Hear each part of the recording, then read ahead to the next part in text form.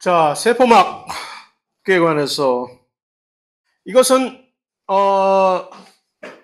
물론 일반적으로 우리가 생각할 때 진핵 세포의 세포막 훨씬 더 세포막의 표면에 다양하고 복잡한 그 기능과 상응하는 여러 가지 구조들이 단백질의 형태로서 있을 것이다라고 생각해 볼 수 있겠으나 원핵세포 역시 못지않게 이렇게 매우 복잡한 형태로 세포막에 이 세포막이라는 것 자체가 이렇게 복잡하게 되어 있는 사실 이것들을 근본 처음부터 기본부터 하나하나 짚고 넘어가면 세포막 자체의 가장 그 근저를 베이스라인을 까는 것은 인지질 이중막이잖아요. 인지질 이중층.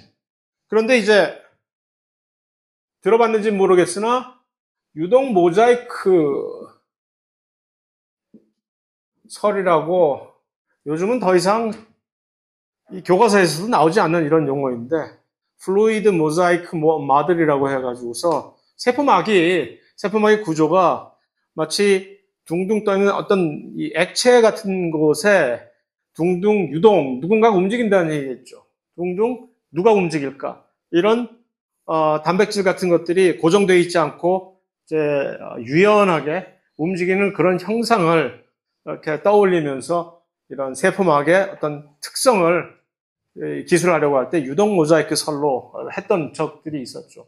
뭐 지금도 요새 이것이 해당이 되지 않는 것은 아니나 유행이 지나가서 이제 유동 모자이크 설에 관해서 세포막을 얘기할 때 먼저 이것부터 나오지는 않는데 뭐 어쨌든 간에 세포막을 우리가 초콜릿에 비유를 한다면은 엄연히 세포막은 그 밀크 초콜릿은 아니고 알몬드 초콜릿이라는 얘기죠. 그래서 그냥 세포막을 이렇게 딱 두 개로 이렇게 표시를 합시다. 그리기 귀찮으니까. 그런데 여러 가지 다양한 알몬드들이 이렇게 박혀 있잖아요. 이것들이 이제 막단백질이지. 막단백질. 자, 첫 번째 질문을 하나 던져봅시다. 세포 막단백질. 기능적으로 얘기를 해서. 기능적인 측면에서 세포 막단백질은 어떠한 것들이 있느냐? 왜 이렇게 많어? 세포막에 왜 이렇게 많이 단백질들이 박혀야 되는 것이야? 뻔한 질문이긴 하지만 워낙 기본적인 질문이기 때문에 기본적인 사안이기 때문에 왜 세포막에 그냥 좀 가만히 세포막 깨끗하게 좀 내버려 두면 안 돼? 왜 이렇게 지저분하게 이것저것 어중이 떠중이가 다 박혀가지고 이 난리들이야? 왜 그럴까? 뭐 때문에?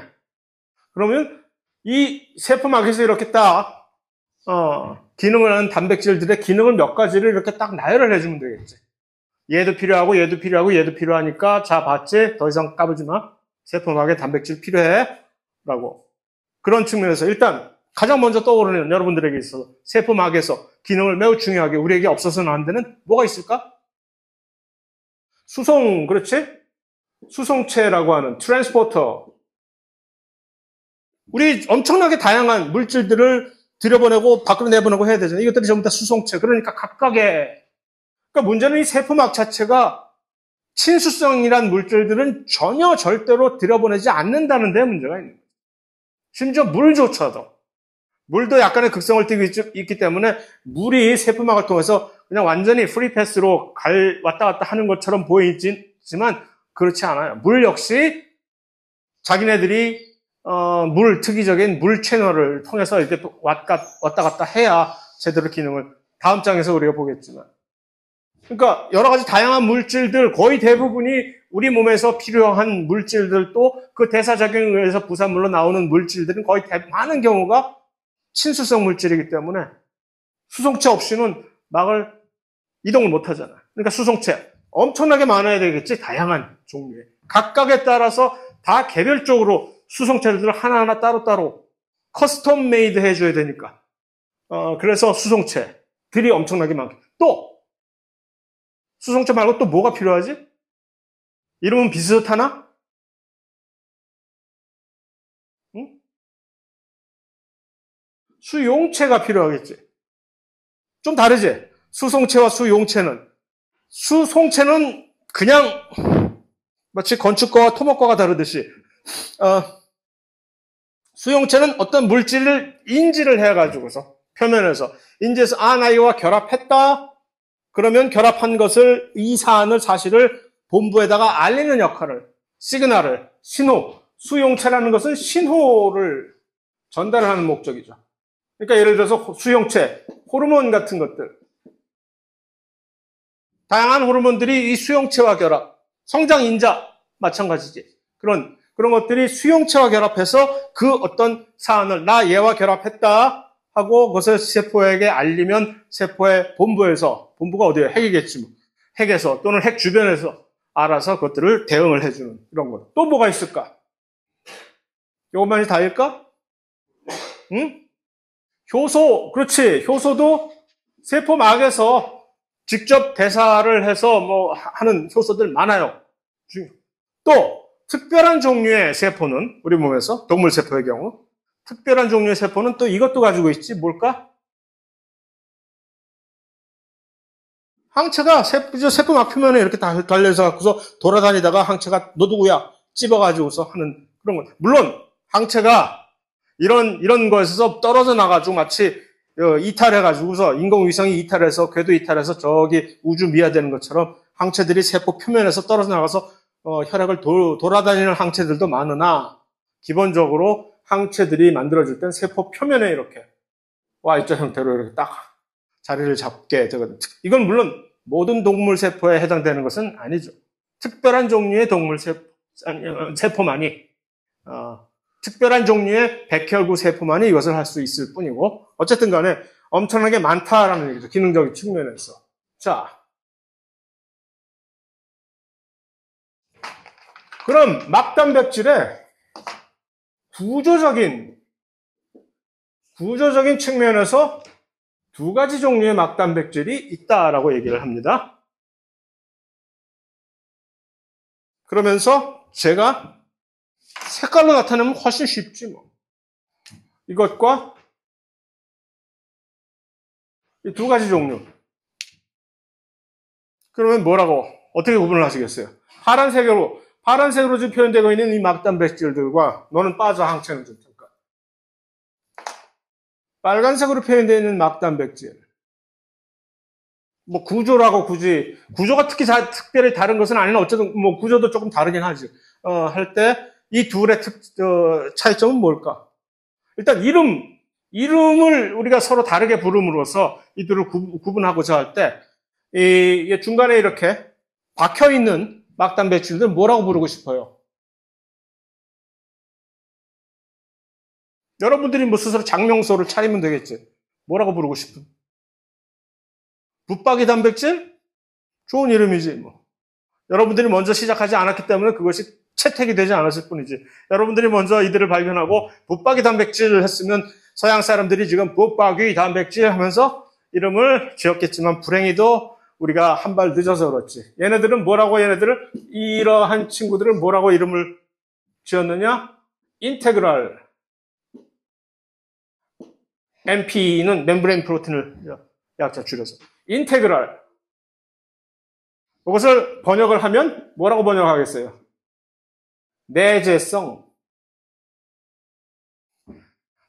막단백질. 세포막에 박혀있는 막단백질. 빨간색 친구들은 뭐라고 이름을 붙였을까? 페리포럴. 주변부 단백질.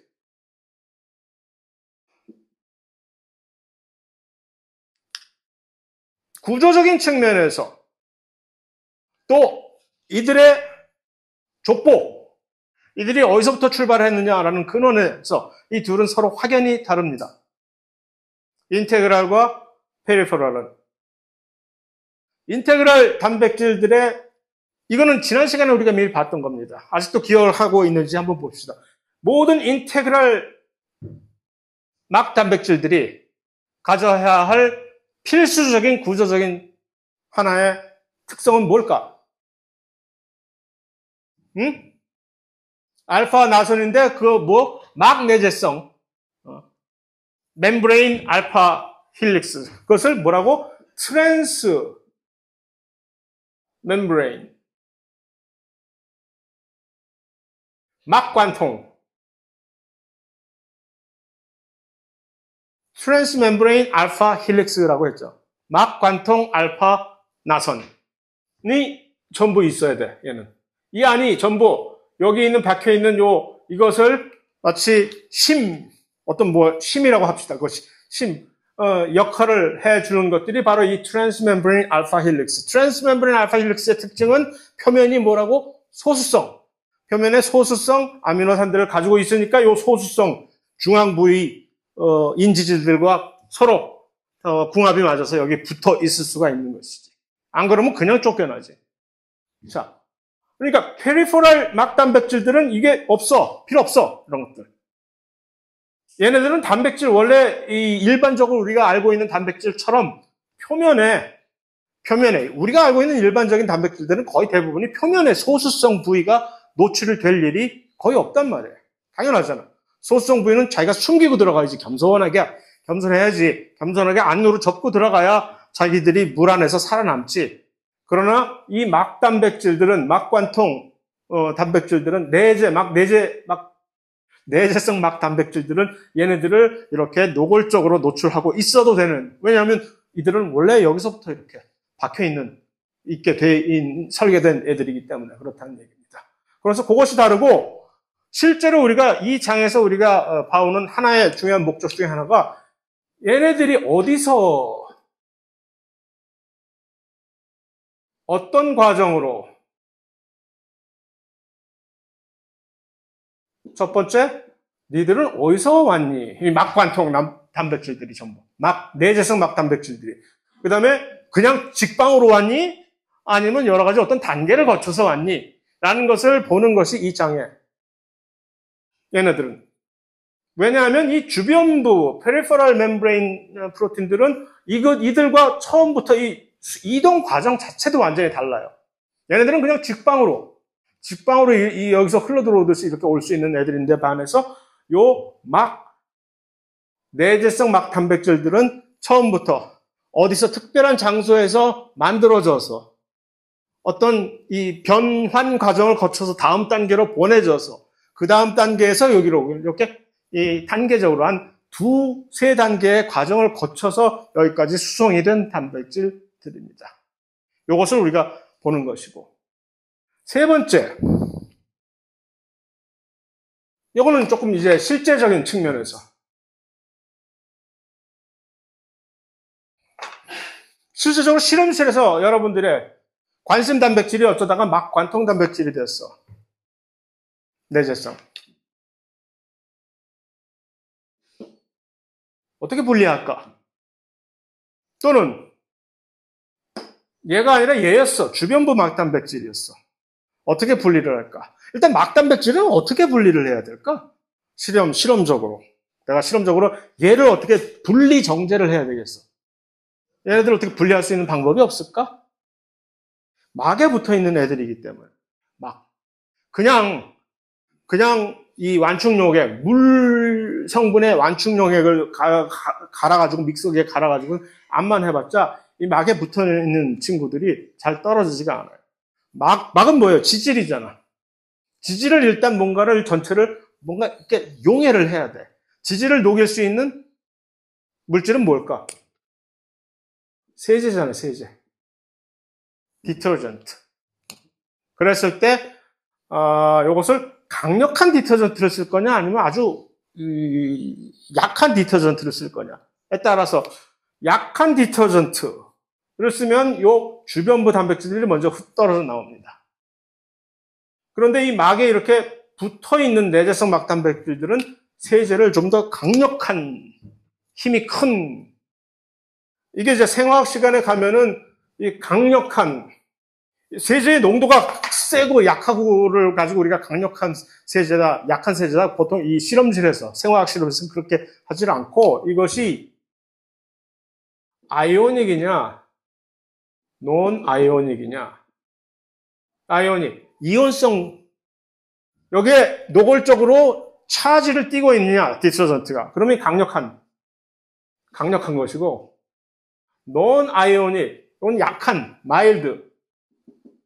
얘는 이 노골적으로 플러스 또는 마이너스 이온화가 되지 않으면서도 일종의 디터전트 역할을 하는 것이 논아이오닉 마일드 디터전트입니다. 이것은 일반 생물학 수준에서는 물론 우리가 다룰 필요가 없는 것이나 여러분들의 상식에 이것을 알고 있으면 혹시 여러분들이 실험실에 인턴이라든가 뭐 같은 것을 생활을 할 때 이 차이를 딱 알고 있으면 여러분들이 뭐 좀 있어 보이는 사람이 금방 되어버리는 거죠. 그래서 아이오닉 디터전트 하면 매우 강력해서 단백질들을 그냥 거의 한 번에 박살을 내버리는 구조를 논 아이오닉 디터전트 아주 마일드하기 때문에 웬만한 경우에는 단백질 구조 자체들도 많이 이렇게 보존을 해주는 경우가 있는데 자 어쨌든 요 논 아이오닉 마일드로도 충분히 요 주변부 단백질들은 금방 떨어뜨릴 수가 있는데 반해서 여기에 이렇게 아주 완고하게 고집불통으로 박혀있는 내재성 막 단백질들은 당연히 이들을 완전히 녹여야 중간에 있는 지질들을 다 풀어 헤쳐 버려야 이들이 드디어 항복하고서 이렇게 나올 테니까 이 아이오닉 디터전트를 주로 사용을 하는 경우가 많습니다. 뭐 그 정도. 괜히 이것건 여기까지 괜히 했나? 자 마지막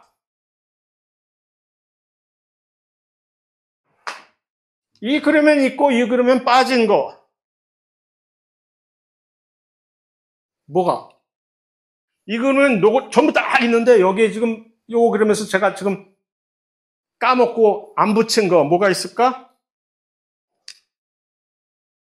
그렇지 올리고 녹용도 아니고 말이야 지들이 뭐라고 이렇게 전부 다 달고 있어요. 첫 번째, 이들은 한결같이 이 올리고당들은 한결같이 전부 바깥쪽을 보고 있어야 된다. 그러니까 이제 이들이 뭐 하는 친구들인지 알지. 바깥쪽을 향해서 마치 해바라기처럼 밖으로 노출돼. 이들이 기능이 뭐라고 했죠? 인식 마커 사용한다 그랬지? 안쪽으로 이렇게 나와 있는 멍청한 짓 없어. 그럼 거꾸로 박혀 있는 애들이야. 얘가 만약에 올리가 이 밑에 살고 있다면 세포막에서 그러면 이 친구는 거꾸로 잘못 박힌 일 거라는 얘기입니다. 페리퍼럴 막 단백질 이런 올리고 절대 없어. 내재성 막 단백질들만이 올리고를 가지고 있어. 100% 얘네들은. 왜 100%냐? 아까 얘기한 어디서 어떤 과정으로 거쳐는 이 과정에서 올리고는 반드시 들어가게끔 돼 있기 때문에. 거기서 애들은 그냥 이것은 선택 사양이 아니라 옵션이 아니라 이것은 머스트이기 때문에 일단 이 경로를 통해서 이 막으로까지 올라온 단백질이라든가 또 어떤 단백질들은 심지어 여기서 끝나는 게 아니라 아예 완전히 밖으로 나가버리는 단백질 이것을 우리는 분비 단백질이라고 하죠. 이들 역시 당연히 올리고들을 가지고 있습니다. 같은 경로를 통해서 같은 배를 타고 온 친구들이기 때문에 그래서 이 모든 이러한 단백질, 이전 세포막이나 세포 바깥으로 수송이 되는 단백질, 요 수송 과정을 우리는 뭐라고 하느냐 하면 이런 식으로 어떤 물질을 주로 단백질인데 이런 물질들을 세포 안에서 만들어서 이렇게 이러한 특별한 과정을 특이적인 과정을 이미 다 밝혀진 특이적인 과정을 통해 가지고서 세포막 또는 세포 바깥으로 보내지는 요 과정을 한마디로 외포작용이라고 합니다. 영어로 엑소사이토시스. 밖으로 내보낸다는 얘기. 이 외포작용을 살펴보는 것 중에 이것이 중요한, 이 챕터의 중요한 부분의 하나입니다. 그래서 그것이 이제 일단 일종의 하나의 인트로가 되겠죠. 세포 막단백질을 일단 보면서 얘네들이 어디서 왔을까라는 것을 생각을 하게 되면 그럼 찾아보자. 그 다음에 도대체 이 올리고당들은 이 다양한 올리고당들은 어디서 얘네들이 얻었을까라는 것을 답을 얻기 위해서는 이제 드디어 우리가 외포작용이라는 것을 찾아서 갈 수밖에 없기 때문에 그렇습니다. 자, 그래서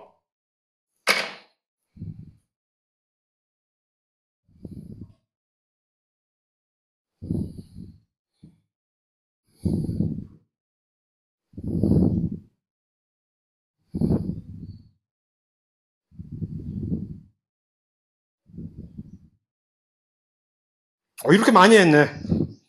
요 면마들이 이렇게 많이 했어.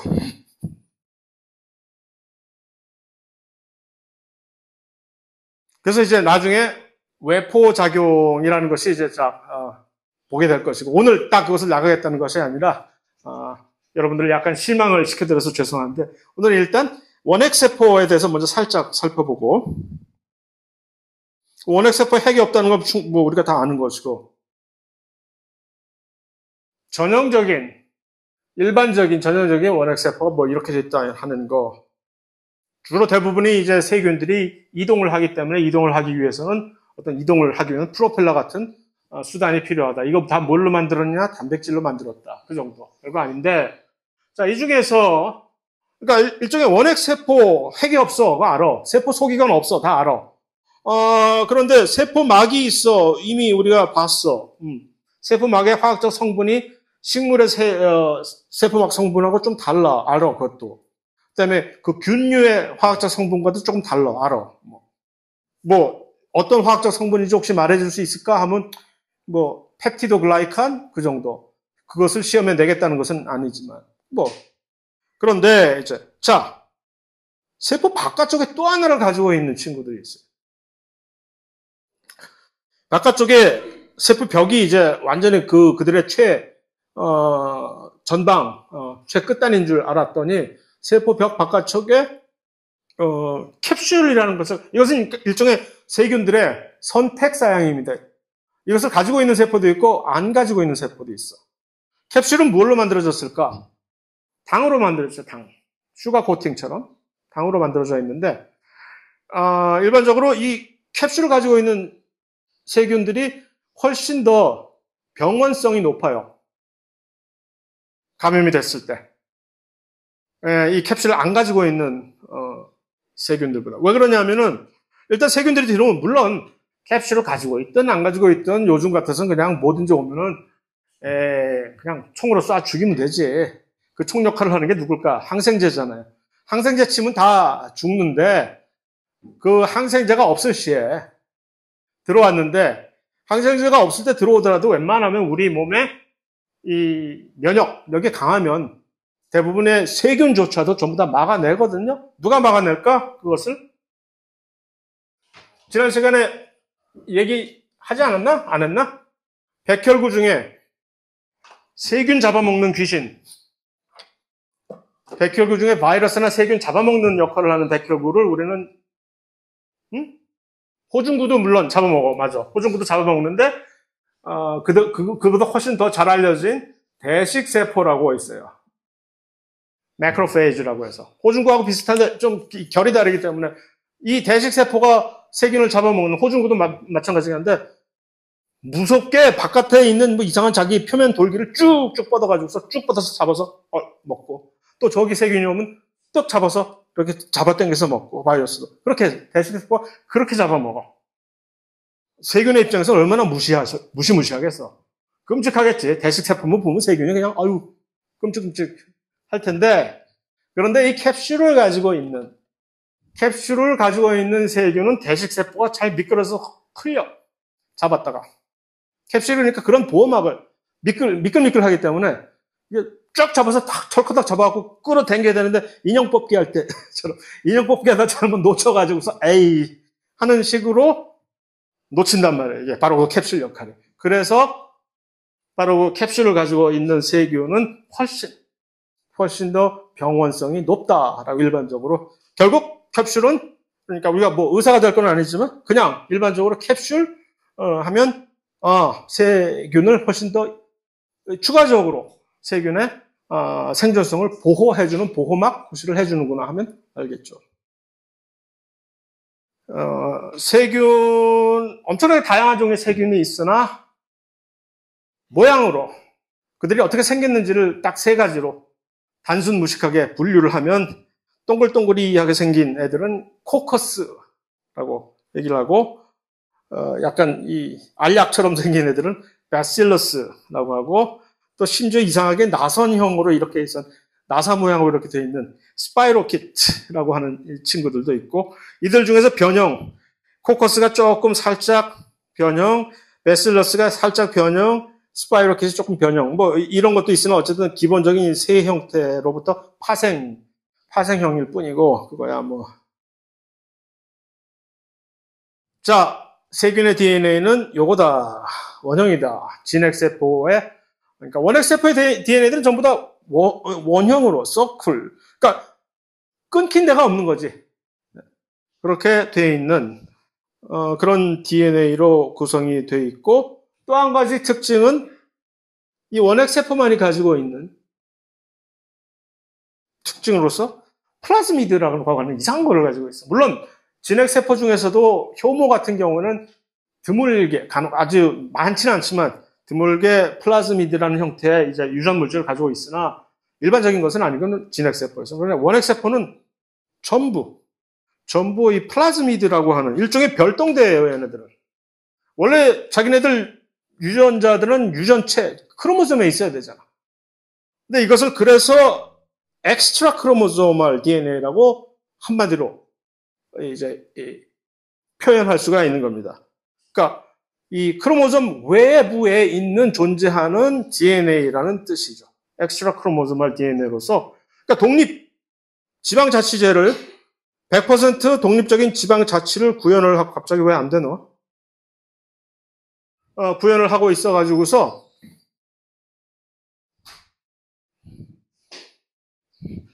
그림상으로 보면 이렇다는 얘기죠. 이 세균의 염색체는 갑자기 안 되네.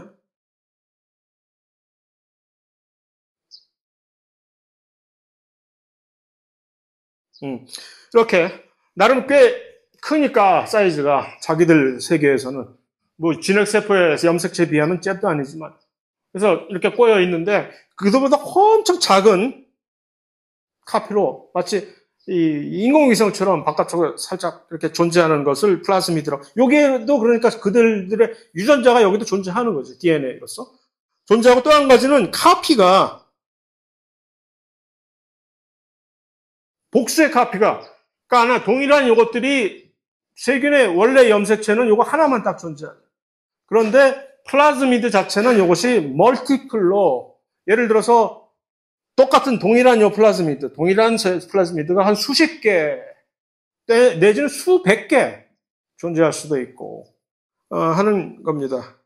그래서, 독립적으로 자기들이 막 이렇게, 세포 분열을 할 때, 염색체 DNA가 복제를 하고 할 때, 얘네들도 따라서 복제를 해서 같이 이렇게, 분배가 되기도 하고,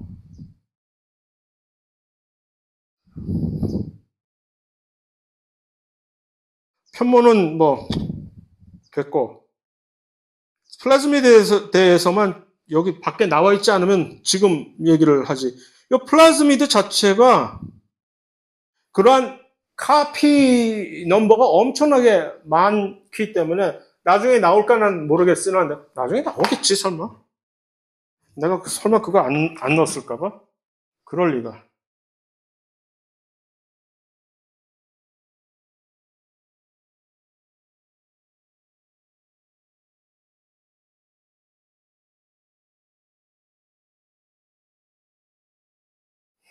안 했네. 알았어. 그럼 살짝 합시다.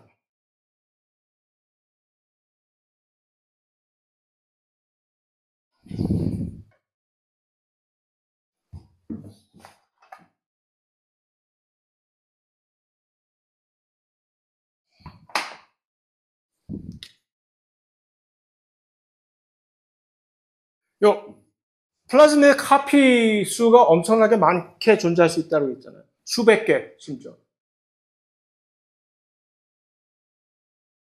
이걸 가만히 내버려둘 리가 없지, 사람들이. 플라즈미드라는 거는 일종의 바깥쪽에서 독립적으로 우리가 끄집어낼 수 있는 DNA란 말이에요. 플라즈미드가 이렇게 있다고 칩시다. 원형으로 작은 플라즈미드야. 요걸 끄집어내가지고 우리가 여기다가 이런 장난칠 수 있지 않을까? 빨간색으로 한 건 여기서 진핵세포에 예를 들어서 유전자를 유전공학적으로 얼마든지 집어넣을 수가 있지. 예를 들어서 처음으로 이 짓을 한 게 1975년도에 여기다가 특히 이게 인슐린. 사람의 인슐린 유전자를 요 플라즈미드에다 주면 삽입을 딱 시켰어. 그 전까지는 당뇨병 환자들을 고치려면 인슐린을 어디서 끄집어낼까? 사람한테서 뽑아서 인슐린을 쓸 수는 없잖아요. 돼지 췌장을 전부 모아다가 인슐린을 뽑아서 그 값이 엄청났을 거 아니에요? 여기다가 요걸 딱 사람의 인슐린 유전자를 딱 집어넣고 요것을 바로 우리는 제조합 유전자라고 얘기를 할 수가 있겠죠? 제조합 유전자.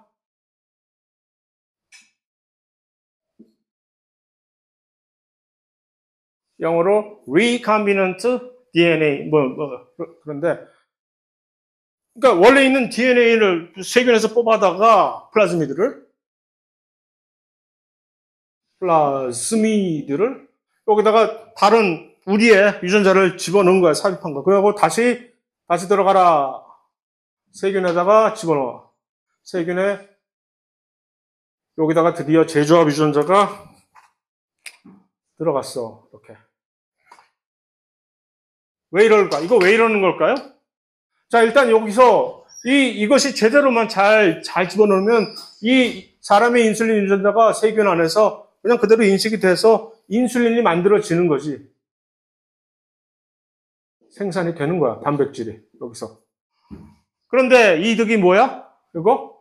카피 수가 수백 개까지도 이거 또 가만히 내버려도 없겠어요?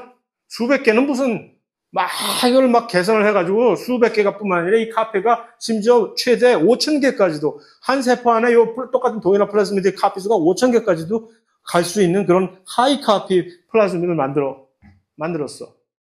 그럼 이건 완전 대박 아니야? 요거 하나만 만들어 놓고, 아니, 세균이, 요만한 플라스틱의 세균이 도대체 몇 마리나 자란다고 생각을 하세요? 수십억 마리가 자랄 거 아니야? 각각의 한 마리마다 이게서 수천 개 똑같은 인슐린 유전자가 좀 만들어진다고 생각해요. 돼지 췌장과 비교가 안 되잖아. 그러니까 인슐린 값이 요즘 완전히 이렇게 엄청나게 싸질 수 있었던 거죠. 이것이 세계 최초의 1975년도에 발생한 세계 최초의 바로 유전공학입니다. 유전자 제조합. 엄청나게 조심스럽게 했어요. 그때 그 과학자들이. 버클리, 하버드에 있는 과학자들이 이것을 처음으로 혹시 플라즈미드라는 것이 있대. 야, 우리 거기다가 이 유전자를 거기다 집어넣어서 다시 세균에다 집어넣으면 세균이 우리의 유전자를 만들어서 발현을 해주지 않을까? 그거 미친 생각이지만 한번 해볼까?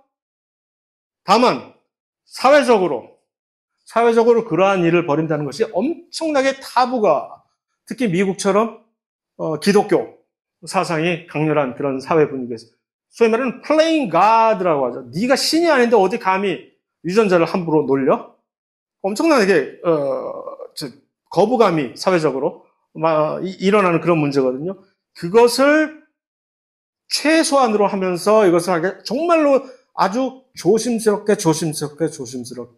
그것을 해서 성공을 하고 사회적으로도 큰 문제가 없고. 그래서 결국 그 이후로 유전공학이 엄청나게 기하급수적으로 이렇게 확대 발전이 되어버린 거죠. 그런 조심을 하지 않고 또 요즘 최신 유전자 가위라고 하는 이런 것과는 비교가 될 수 없는, 아마 들어는 봤을 거예요. 요즘 유전자 가위라고 하는 이러한 특별한 단백질을 가지고 이제는 지 맘대로, 이건 매우 어려운 기술적으로 여러 가지 부작용이 많고 단점이 많은 거지만 진짜로 유전자 가위를 가지고서 이제 유전자를 편집한다고 해요. 유전자 편집. 이런 외부 유전자를 이렇게 가지고 장난을 하는 게 아니라 나의 유전자를 교정을 해서 스스로 교정을 해서 마음대로 바꿔서 마치 우리가 워드 프로세서 안에서 마음대로 에디팅을 해가지고서 바꿔버리듯이 해서 바꿀 수 있는 기술이 바로 유전자 가위라는 것을 사용한 유전자 편집이에요. 유전 질환이 생겼다 할 때 미리 알아서 이것을 바꿔버릴 수가 있다는 얘기지. 이론적으로. 그래서 실제로 이런 기술이 나오니까 이제는 과학자들이 또 한 번 이거 절대로 우리 절대로 이 기술 사람한테 적용시키는 건 절대 우리 안 하기로 하자. 약속을. 이거 했다간 사회적으로 완전히 지탄받아서 아예 뜨기도 전에 전부 이거 완전히 가라앉아버릴 이 기술이. 그런데 중국에서 한 과학자가 그런 게 어딨어 하고 이걸 가지고 이 유전자 편집 기술을 유전자 가위를 사용해 가지고서 에이즈에 걸린 부모로부터 태어난 아이를 요것을 치료하는데 에이즈에 저항성이 생길 수 있도록 치료를 이렇게 이런 식으로 유전자를 바꿔버렸어요. 선천적으로 에이즈에 절대로 면역이 있는 그런 유전자가 있거든요. 그런 식으로 바꿔가지고서 한 차례 그 사람 발각된 후에 완전히 과학계에서 영구 퇴출이 돼버렸죠. 포인트는 그렇게 한두 번 그렇게 막는다고 되냐? 기술이 있는데 사람이 이걸 안 쓸 것 같아? 분명히 이제 뭔가 헬게이트가 될지 아니면 유토피아가 될지는 모르겠으나 분명히 있으면 누군가는 사용을 하게 될 테니까 앞으로 기대하시라. 여러분들의 세계에. 온갖 것들이 막 이제 변형이 돼서 튀어나오는 세상을 맞이하고 있다. 갑자기 플라즈미드 얘기에다가 왜 이런 얘기가 나오냐. 해서 이 플라즈미드가 바로 이러한 유전공학의 태동을 이루게 한 첫 번째 물질이라는 얘기입니다. 참 좋은 측면이죠. 세균 덕분에 우리가 이렇게 우리의 이런 세균 덕분에 이렇게 좋은 GMO도 만들고 여러 가지 유전병도 고치고 나쁜 측면이 있어요. 이 플라즈미드가 바로 항생제 내성을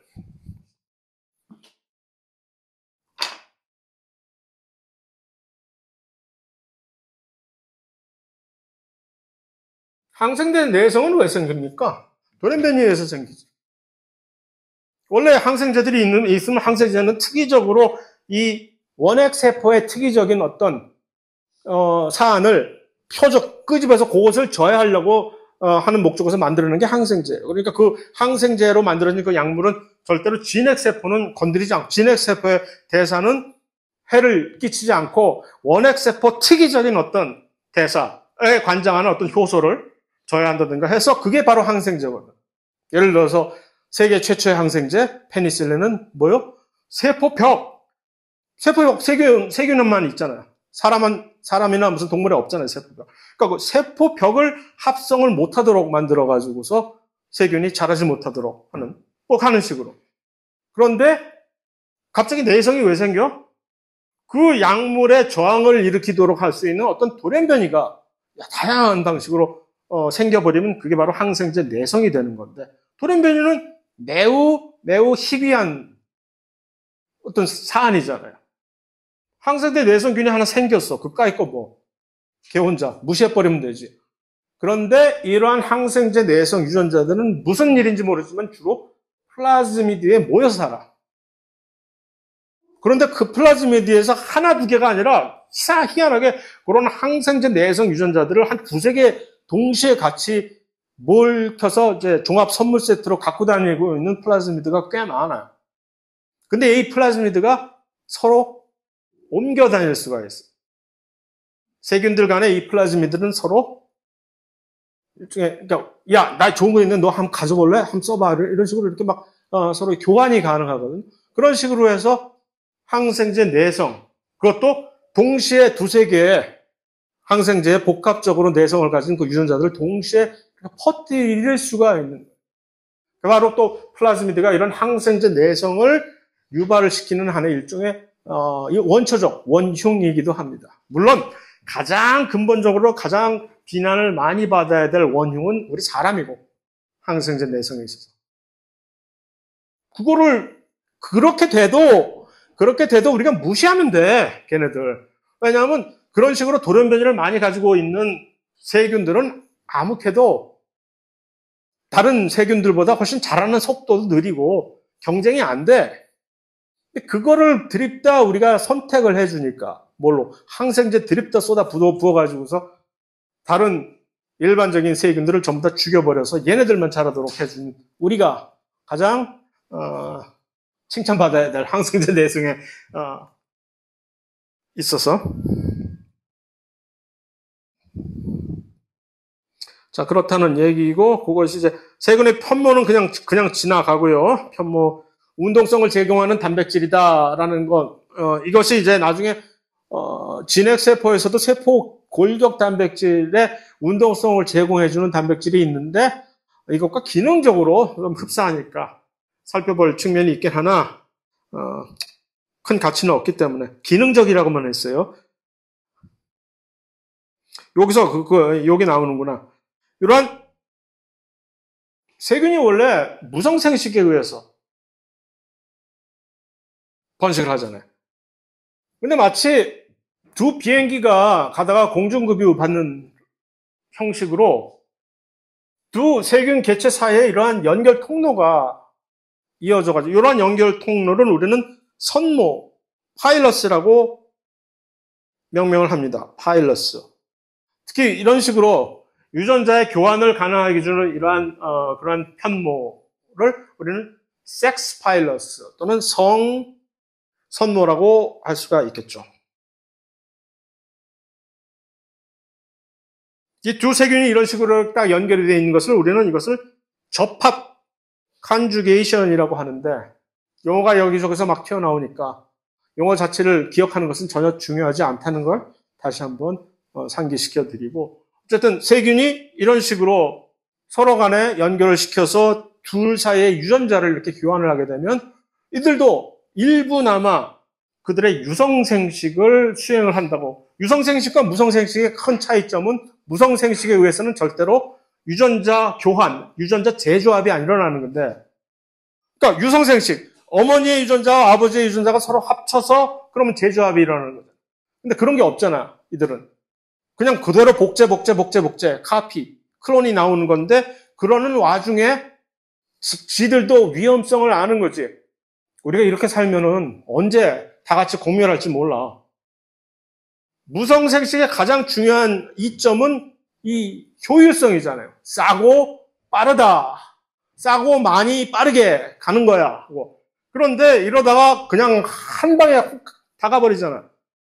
유전적으로 전부 똑같으니까. 환경이 조금만 바뀌면 얘네들이 다 같이. 근데 그것을 조금이라도 이렇게 개선시키는 하나의 일환으로서 이들도 일부나마 어쩌다가 있다가면서 이렇게 자기들끼리 유전자를 이렇게 살짝 교환을 하는데 그 교환하는 그 매개체가 바로 이 플라즈미드. 플라즈미드가 이렇게 서로가 옮아가면서 서로 유전자를 교환을 하게 된다는 얘기입니다. 그래서 그 와중에 항생제 내성 확산을 초래를 하는 거죠. 이것은